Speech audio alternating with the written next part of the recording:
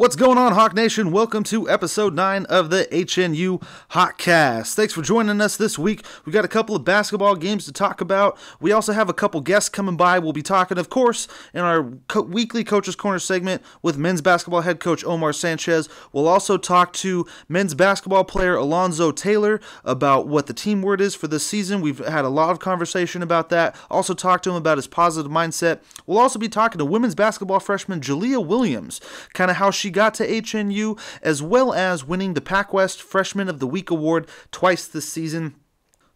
But we'll start, as we always do, with women's basketball. The women's basketball team had 2 games this week. They started out on Thursday out at Belmont, California, taking on the NDNU Argonauts, and unfortunately it was a 5-point loss to Notre Dame Dana Murr by a final of 64-59. Now, the Hawks got down early in the first quarter. They trailed by 8. They ended up trailing by 9 at halftime, but they did make a push in the fourth quarter, coming back. They had a +6 score differential there in the fourth, but unfortunately they just couldn't break through as they dropped the final by 64-59. Taylor Krause, 8 points and a new career high in rebounds with 11. Her old career high was 5, so a nice double-digit rebound total there for Taylor in the game. Was a team high. Anjali's Carly Hilliard also dropping a team high of her own as she led the team with 19 points, grabbed 6 rebounds of her own. Ariana Hernandez, 12 points. She made 2 3-pointers on the night, and Monica Valenzuela with 15 points as she was 3 for 9 from beyond the arc. The Hawks then turned the corner to Academy of Art as they took on the Urban Knights in Tobin Gymnasium, and it was a back-and-forth game, crazy all the way down to the end. After taking a 27-21 lead after the first quarter, the Hawks stumbled in the second and wound up dropping the game by a final of 83-74. The 27 points in the first quarter for the Hawks ties the most points that they've scored in a single quarter this season. They also had 27 points in the fourth quarter against Chaminade at home just a week or so ago. So the second time they've put up 27 points in a quarter. They were outscored by 13 in the second, which was ultimately what kind of led to the downfall for the Hawks. They did come back and much like they did with the NDNU game, outscored the Urban Knights by 2 in the fourth. They just had they just couldn't get back over the hump as they dropped the game by 8 points. On the night for the Hawks, Ariana had a game-high 21 points to go along with 2 rebounds. That was on the strength of 7 3-pointers, and in that game, she hit her 100th career 3-pointer at HNU. So congrats to Ariana, hitting 100 career threes in only 2 seasons. It was also her 5th game with 20 points this season. Wasn't her season high. However, it was her 6th straight game with double-digit points. So a nice little streak for Ariana there. Someone who's also on a nice double-digit point streak, Anjali's Carly Hilliard, dropped 15 points in that game while also pulling down 6 rebounds. It's her 10th straight game in double figures. Monica Valenzuela chipped in 14 points on the strength of 4 for 12 3-pointers. Taylor Krause with 11 points and 8 rebounds. The team did shoot 42.9% from 3. Just a little below that overall from the field with a 40.6. So they are trending in the right direction, and when these shots are falling for the women's basketball team, they can hang tough with anybody. As we take a look at the conference standings, the Hawks still sit well below where they would like to be in the pursuit of making the conference tournament. They do have a couple games coming up against Hawaii Hilo, who's right down there with them, who's 1-9 in conference, and then HPU, who's actually towards the top. But it'll be a nice test this week for the Hawks to see where they stand. As we take a look at the rankings nationally, the national rankings have not been updated, but coming into last week, Ariana was 4th in total 3-pointers made. She was trailing the leader by just 2. Again, the national rankings haven't been updated. However, the conference leaders have been. And in total scoring, right now, Ariana sits in second with 310 points.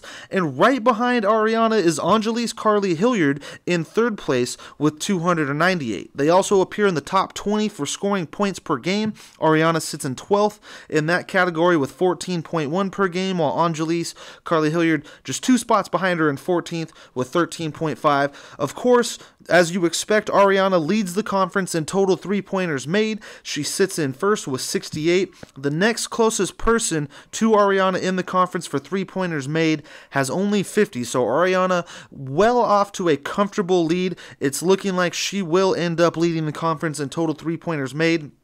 One last category as well, rebounds per game. Jernasia Martin sits in fourth with 8.9, but even more impressive is that she is first in total rebounds with 178. So again, a couple Hawks up here at the top of the conference leaders. This time for Jernasia, she leads in total rebounds. Right behind her, freshman Jaliah Williams, who we will talk to later on in the podcast, sits in sixth with 142 total rebounds. Turning our attention to the men's basketball team, they also took on the Argos on Thursday night out on the road, and it was a close one for the Hawks. As Coach Omar Sanchez put it, it was an ugly win, but sometimes you need to win ugly. For the Hawks, they got up on the Argos by 3 at halftime, and after a jumper to start the second half by the Argos, the Hawks went on an 11-0 run, putting themselves into a nice, comfortable lead. They eventually would hold on down the stretch to win 73-65 over the Argos. An impressive win for the Hawks. A double-double for Andre Green, who had 15 points and a team-high 10 rebounds. Alonzo Taylor with team-high 19 points, 6 rebounds. He's on a hot shooting stretch right now. We'll tell you about that a little later. Jules Sanders added 10 of his own points off the bench, and overall the team was 27 for 53 from the floor. That's 50.9%. A great shooting night when not everything was totally working for the Hawks. Now, we'll talk about this again with Coach Sanchez later on in our Coach's Corner segment. But a big win that pushed the Hawks' winning streak to 3. They were riding that, coming back home to take on the Urban Knights from Academy of Art, and they were winning again at halftime, much like they did against the Argonauts. They had a 38-35 lead at the half, and the second half they pushed it up to 15 points. However, late down the stretch, Art seized the momentum, came back. After Alonzo Taylor slipped on the floor, a late turnover there with just 12 seconds to go, Art was able to tie it up, push the game into overtime. They came out hot, and ultimately it was Academy of Art coming out on the winning end of this game by a final of 82-79. Now, Alonzo Taylor had 27 points, 7 rebounds. Both are season highs for Alonzo. Cavante Davis added 19 points of his own. The team shot 51.85%, 14 for 27 from the floor in the first half. Got off to a great shooting night, but just could not maintain that hot hand shooting the ball as they dropped to only 40% in the second half, 10 for 25 from the floor, and were just 2 of 9 in the overtime period while scoring 5 points. So taking a look at the conference standings, that was a crucial game for the Hawks in the conference because it allowed Academy of Art to leapfrog them into the 5th spot in the conference. That drops HNU down to number 7, so they're 1 spot out looking in. They still have a lot of room to go. They have a couple of games coming up that should be victories. They still have one more game coming up against Academy of Art. That's, again, going to be another crucial game. Every game from here on out will have some sort of implication on the conference tournament. As we look at this week coming up, both Hawks teams face UH Hilo this coming Thursday at 5:30, 7:30. The women tip at 5:30, the men tip at 7:30 p.m. Now for the men's basketball team, this is big because this is 6 versus 7 in the conference standings. Hawaii Hilo comes in at 5-5. The Hawks 6-7 right now in conference play. So again, as we mentioned, every game in conference is crucial. From here on out, it will be even more crucial as you battle for that last spot in the conference tournament later on at the beginning of March over at Dominican. As we look at Saturday's game, the Hawks will be taking on Hawaii Pacific, who right now sits 11th in conference at 1-9. However, there are no easy victories, and we will talk about that with Coach Sanchez in the Coach's Corner segment, which is coming up right after the break. So stick around when we talk to HNU men's basketball head coach Omar Sanchez. We'll later talk with women's basketball freshman Jaliah Williams, and we'll finish the day off with men's basketball player Alonzo Taylor on the HNU HawkCast.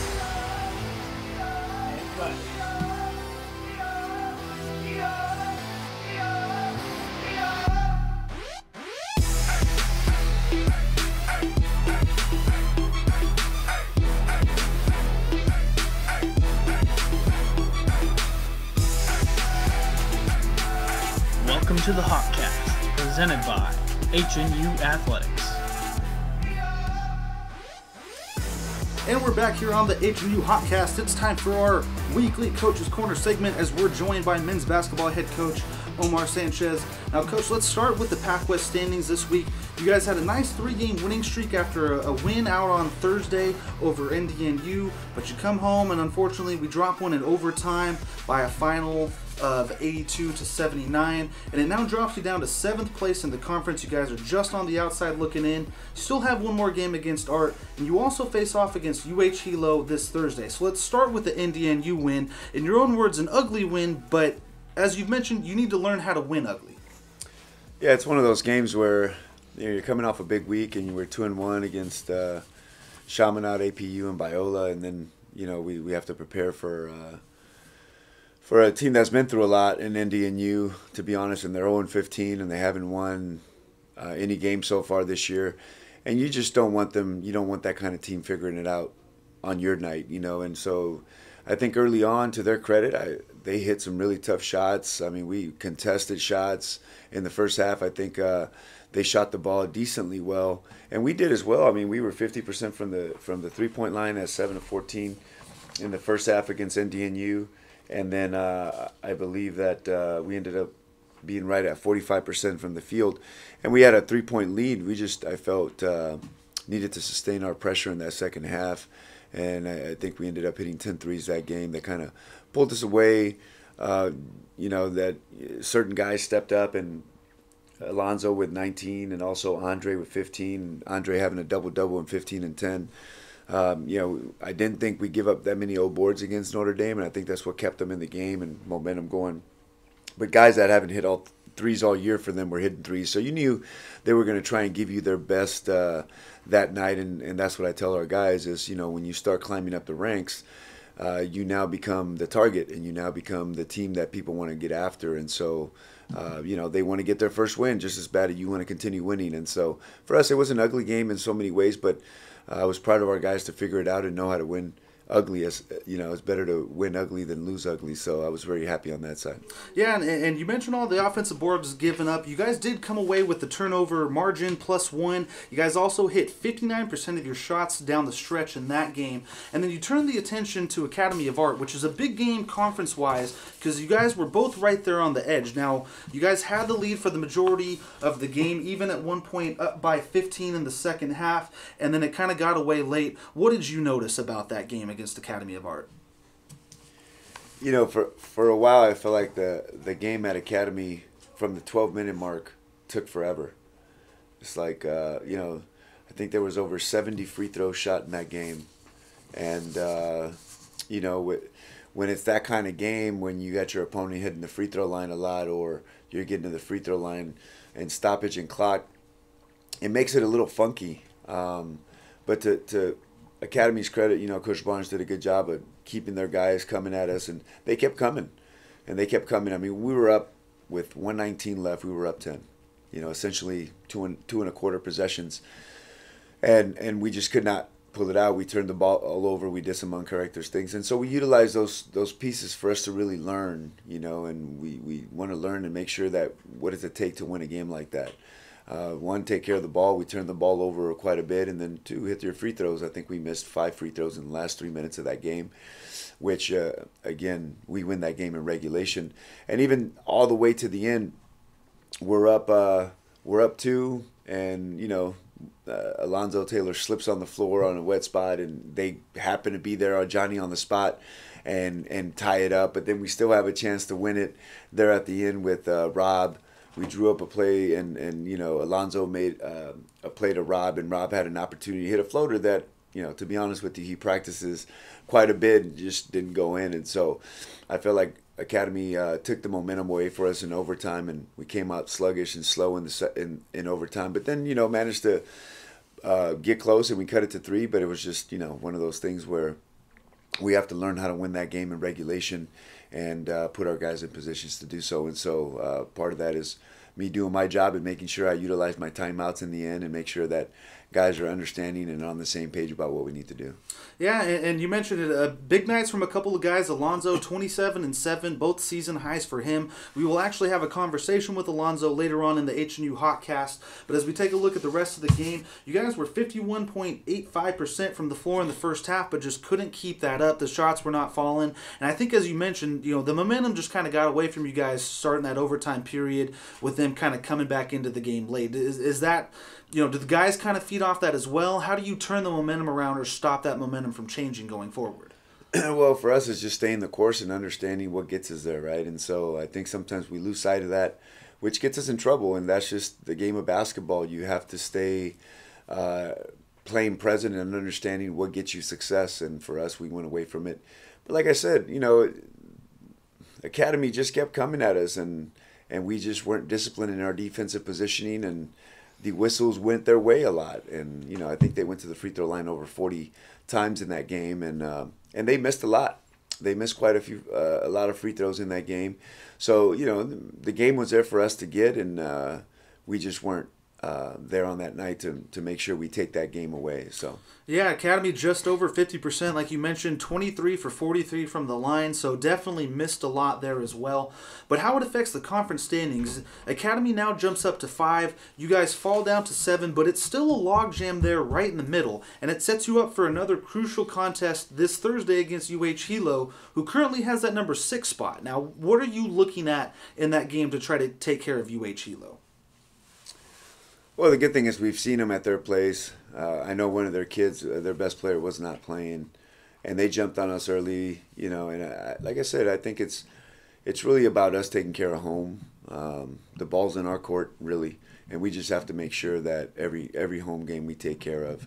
Obviously, we finish on the road with 3 road games at Academy, at Dominican, at Fresno. But I think it bodes well for us still, and the ball's in our court, and we have to make sure we capitalize and maximize that opportunity that we have. We had most of our travel in fall and early in the year, and now it's about taking care of home. And so I feel good about us being able to compete against them. We match up well against them. Obviously, they're a lot smaller than us, which is kind of weird to talk about, considering we've always been the small ball team, and so we have to be ready for that, and we have to know that their guards like to shoot the ball, and they'll shoot it very unexpectedly, and they have a lot of volume shooters on their team that get up a lot of shots, and so we have to limit their opportunities to one and done, be able to handle their pressure. 2 of their guards, I think, are top in the conference in steals, and they do a really good job of pressuring you and getting in passing lanes, and so we just have to take care of the ball, execute our pieces in the half court, and more importantly is making sure we create disruptions like we normally do in our defense.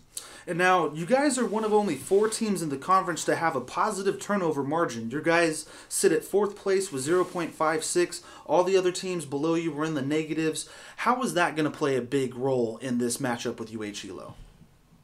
It's what we do. We turn people over. Our biggest thing is going to be whether or not, what we do with those turnovers are important. And so if we can capitalize on that opportunity and, take care of the ball on one side and be able to turn the other team, you usually get a positive outcome. But, Hilo just against Point Loma a night ago, got down 30 and ended up cutting that lead to 3 points with under 30 seconds to go. They turned them over and had 22 points off turnovers in the second half. I mean, close to an epic battle that they had at their place like we did against them. So, Hilo's capable just like we are. I feel like we do a good job of turning people over. I just have to let my guys loose and let them with those turnovers be able to capitalize and understand what we're trying to do when we do get turnovers. And now, of course, we're not looking past any opponent, but we do want to talk a little bit about the HPU game as well. Now, they're not truly in the conference hunt right now, but every win is going to be big for you guys coming down the stretch. So give me a little scouting preview for the HPU game. Well, same thing. We played them. We played them right off to Sac State early in December and went to Hawaii, and they were our first game. And, it was a back and forth, and going back and forth against them, it was a battle. For them, they're a systematic team, and so we need to make sure that we understand what that system looks like and what they're trying to do within that system so we can create disruption. But obviously they, unfortunately been going through it with the loss of Emil, and it's something that you don't ever want to experience as a coach, to lose one of your players and have to go through that. I couldn't fathom or imagine what that would be like. But they're searching for a win. They've been losing very close ones here in the last couple games. But again, we take it one game at a time. Hawaii Hilo comes into our town, and we play them on Thursday, and that's the focus. And then we have a quick turnaround on Friday to then get reset and understand what we're trying to do against Hawaii Pacific. And now let's take a look at the conference leaders real quick, Coach. Gotta be a bright spot to see a couple of the guys up there in total points right now. Alonzo Taylor in 6th with a total of 271. Andre Green not far behind him with 13. He's 13th with 218. What does that mean to you to see those guys up there now that you guys are starting to put together a little bit of the season that you want? Yeah, like I said in my last outing, that Alonzo Taylor is a prolific scorer. When he has that mindset to score, I don't think anyone in this conference can stay in front of him. He's shifty.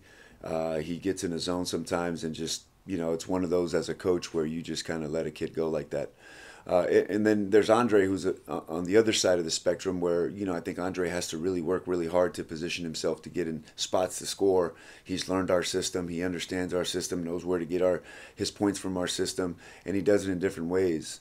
Alonzo's a scorer, but Andre scores within our system, and knows that he can get some on putbacks, knows that we can get him in the post, off curls, where, Alonzo, like I said, just kind of goes. And, that's what makes it so hard to guard him at times, is that he's so elusive with the ball that you think he's going to shoot it, and then he goes right by you. And that shiftiness, I think, is what helps him kind of be who he is. And so, part of why he's at the top of this conference is because he's very capable of putting up a lot of points in any given night. That he can. Points per game, Alonzo sitting in 9th with 15.1. Andre a little bit further behind, 17th with 12.1 per game. Alonzo also sitting 14th in the conference with 27 three-pointers. But let's talk a little bit about a defensive stat. We've mentioned Andre, how he really sets the tone defensively. He's 8th in the conference in blocks with 14. Now, you wouldn't think of a guard like Andre that would be up there that high, but he really does, as we've mentioned many times before, set the tone on that defensive end. What puts him in such great position to get all these blocks? Yeah, Andre's realized one thing, and it started showing earlier last year, and I would say even a little further back than that, towards the end of the previous season. With Andre, it's his effort, and he shows an enormous amount of effort on the defensive side of the ball, where he has a mindset that people are not going to score, and they're not going to score on him. And on top of that, he knows how to rotate in our defensive rotations. And because he's so athletic, he surprises people and can really get up and contest the ball really well. And he's done a good job of knowing how to have good body control and contesting those certain shots, and even on ball. I mean, a lot of his blocks have been because he's defending someone and he's timed the jump shot really well. And so, it's one of those things, to Andre's credit, it's been his effort. Well, that's all the time we have for the Coach's Corner segment. We'd like to thank Coach Omar Sanchez, as always, for joining us. Stick around after the break as we meet with women's basketball player Jaliah Williams and talk to her about winning the Pac-West Freshman of the Week award twice this season. And after that, stick around even longer because we'll be meeting with men's basketball player Alonzo Taylor.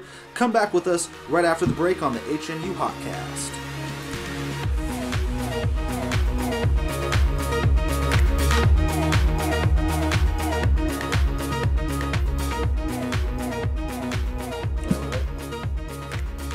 And we're back here on the HNU HawkCast, Hawk Nation. Right now, we are having a sit-down conversation with women's basketball player Jaliah Williams. She's been named the Pac-West Women's Basketball Freshman of the Week twice this season. So, Jaliah, we want to say thank you for stopping by and joining us here on the HNU HawkCast. Thank you for having me. So, tell us a little bit about yourself. Where are you from? I'm from Stockton, California. It's a place where, it's real, it is real. So you just have to be yourself. You gotta do what you gotta do to stick through. Yeah. When did you first start playing basketball?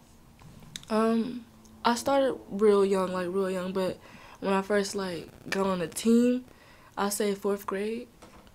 At August Knott Middle School. You first started playing basketball. When did you really start to get serious about basketball? Was it around high school? When did you know that you could do this kind of longer term?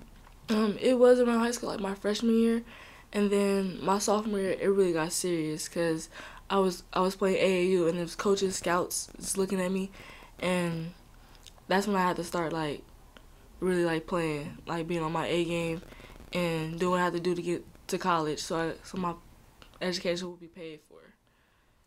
And when you were playing AAU, what was it like to kind of see all those coaches and scouts there? Did they, come up and talk to you? How did those conversations go? I was a little frantic, but as time went by, I started to adjust and just start to be myself more. And then what put you on your road to holy names? When did you meet Coach Cavell? I met him my last year in high school. I came for a visit. My high school coach, he really pushed the issue, and he got me here. So I came for the visit, and that was like the last game for the girls or whatever. They played Cal Baptist, and I watched them, and I felt like I could be an asset to the team. So now that you've been here on campus, what's it been like adjusting to college life? Being a freshman, having, of course, athletic responsibilities, also school responsibilities. Take us through kind of a normal day-to-day for you. Well, it's when I first started, it was hard. It's a lot of adjusting, like moving, staying on campus and things like that. Well, yeah, I just have to adjust, and I had to adjust. I'm fine now, and with the school, you just have to put a lot of time in. Like, we have study hall, and I feel like that helps a lot with classes, just passing my class and things like that. And basketball, like, well, you just have to buy in. Like, you have to be all in for this lifestyle. And it seems like you have gone all in because twice this season you've won PacWest Freshman of the Week. Most recently was for the week of January 7th to the 13th. You pulled down 26 rebounds. You had 4 of 7 shooting for 9 points against Chaminade. So it seems like you have bought in. Does it feel that way to you? And how do you get the efforts or the results that you do on the court? Well, to me, like, I feel I have bought in, but like, with like winning Freshman of the Week and things like that, I feel like, I don't know, like, everybody's pumping me up about it, but I feel like I could do better, and yeah, just like I feel like I can do better. But I am proud of myself. I am thankful and grateful for this opportunity, but I feel like I can do better. The mark of a true athlete, never truly satisfied, right? Always putting in work for that next game, for the next time. So now that we are kind of midway through the season, through your first season, what are some impressions that have stuck out to you, when playing college ball? Is there any differences to you that you've noticed from, either AAU ball or even in high school? It is different. It is a difference. The competitiveness of the girls that we play against. It really sticks out, especially being a post. You gotta work. You gotta work down there, and you just gotta you really have to work. That's the bottom line. You have to work down there against girls that's been there, and like seniors, like they know what they're doing. So being a freshman, your IQ has to be a little higher, and you just gotta stand out. Have you picked up anything from the seniors, knowing specifically Anj in her senior year getting ready to leave? She's been here for a little while. Has she kind of taught you anything that you can use for your post play? Oh yeah, definitely. She taught me. She teaches me every time we practice. She teaches me moves. Like, she talks to me when I do something wrong, and I really appreciate her for that. Yeah. And so now, as we're moving forward, as we're coming down kind of the final stretches of the season, what do you hope that you can accomplish for the rest of the season? I just hope to play for my team. We all have to play for each other and have to be there for each other, because this is a team. Like, it's a team sport, so we have to work for each other, basically. And I just want to play for them so we can get wins and hopefully like just play hard and people will notice. Do you guys have any team goals that you're hoping to accomplish? Is there something specifically maybe the team has talked about that they know they want to try to accomplish over these last 9 or so games? We want to accomplish winning. We want to win. You know, we want to show the other teams that we can play the same or even better, you know? And I feel like the teams that we play against, they think we're like not good enough. You feel me? So like I feel like as a team we're a good team, but like I feel like we get into our heads and we just come out of it. Like we get out of it, and we have to stick together and just play.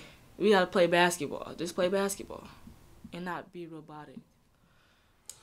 Well, that's all the time we have for this conversation. We'd like to thank Jaliah for joining us. Stick around with us on the HNU HawkCast after the break, as we'll be talking with HNU men's basketball player Alonzo Taylor about his positive mindset. And we'll hear more from Alonzo when we come back after this.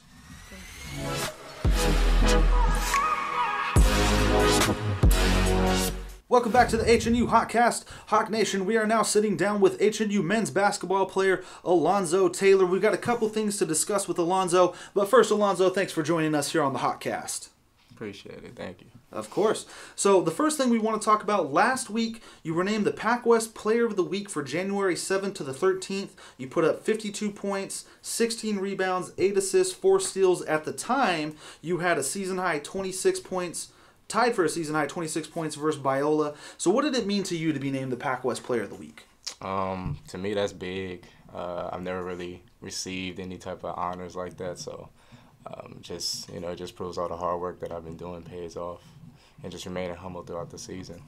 We see you putting up a lot of work in the gym, and it really paid off this last week against Art. Despite the loss, you had a new season high with 27 points, also a season high in rebounds with 7. So what makes you want to put in all that work? I just make sure I keep the same routine before every game. Make sure my mindset is right.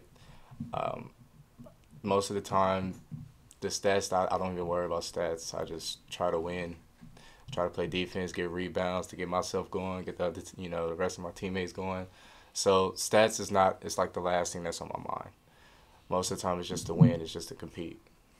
And so now, as you talk about competing, let's talk about a conversation that we've had both with Coach before and last week with your teammate Cavante Davis about the team word that you guys set to really help you guys meet your goal, that end goal of making it to the conference tournament at the end of the season. Take me through a little bit about what that process was like and how you guys came up with your team word. Okay, so our team word at first was together.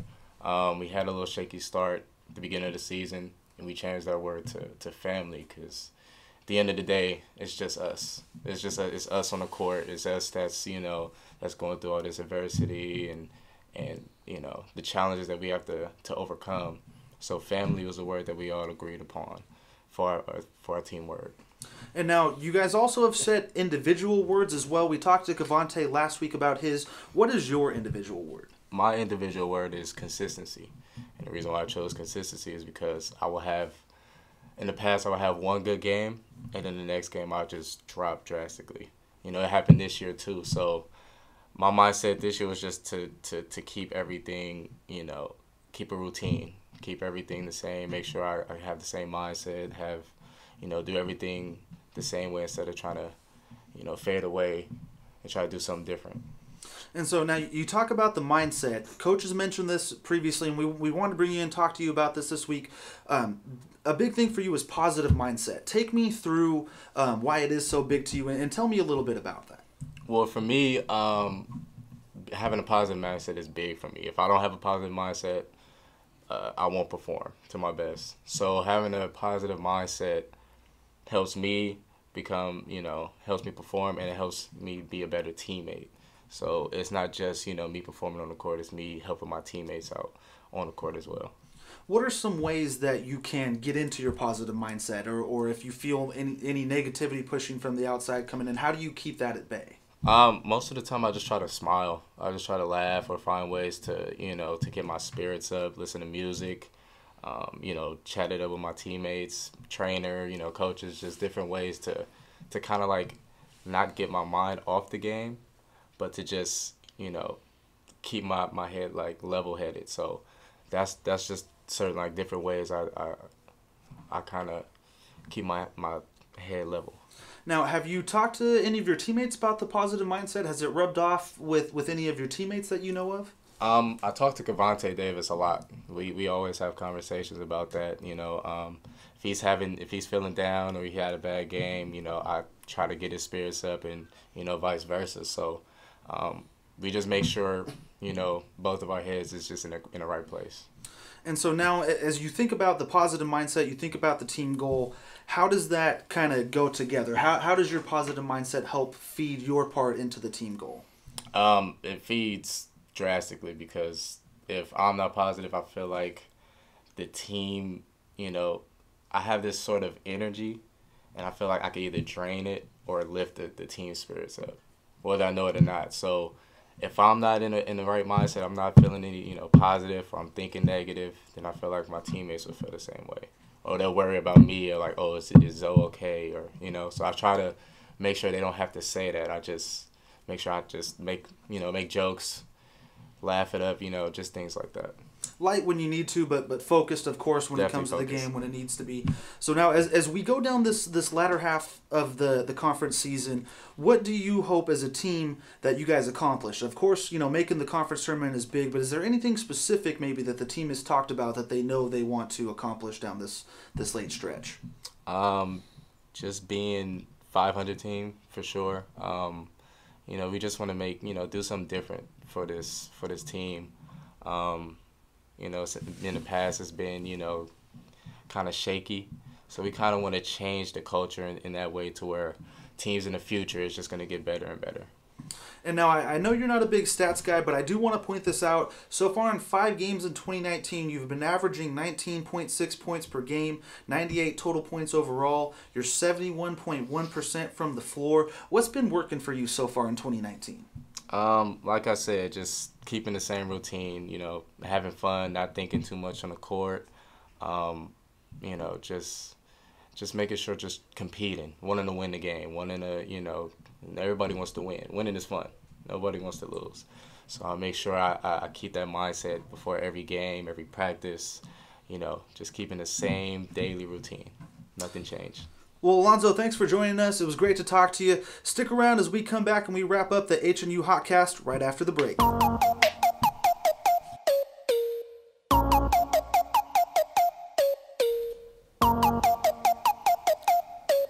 That's all the time we have for episode 9 of the HNU HawkCast. Hawk Nation, I'd like to thank you for joining us, and as always, I'd like to thank our guests for stopping by. That includes HNU men's basketball head coach Omar Sanchez for his Coach's Corner segment. Also, I'd like to thank Jaliah Williams for stopping by, and Alonzo Taylor for taking us through his positive mindset.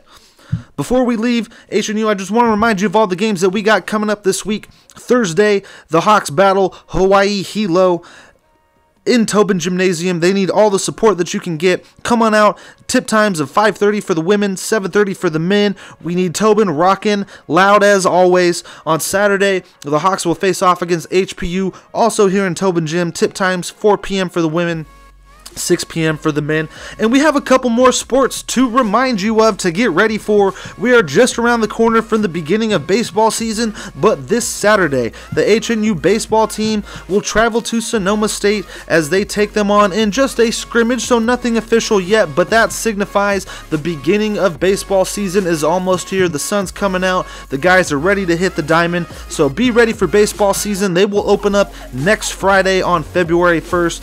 And we also want to let you know that the men's tennis squad has a couple of exhibition matches this weekend, not at home. However, we'll still be following along with the men's tennis team as they take on the University of Nevada on Saturday and Fresno State on Sunday. So good luck to both the baseball and the men's tennis teams, and as always, our 2 basketball teams. And I'd like to thank everybody for joining us. Next week, we will have a men's basketball and women's basketball guest. We'll keep it a surprise until then. So until next week, thank you for joining us on the HNU HawkCast.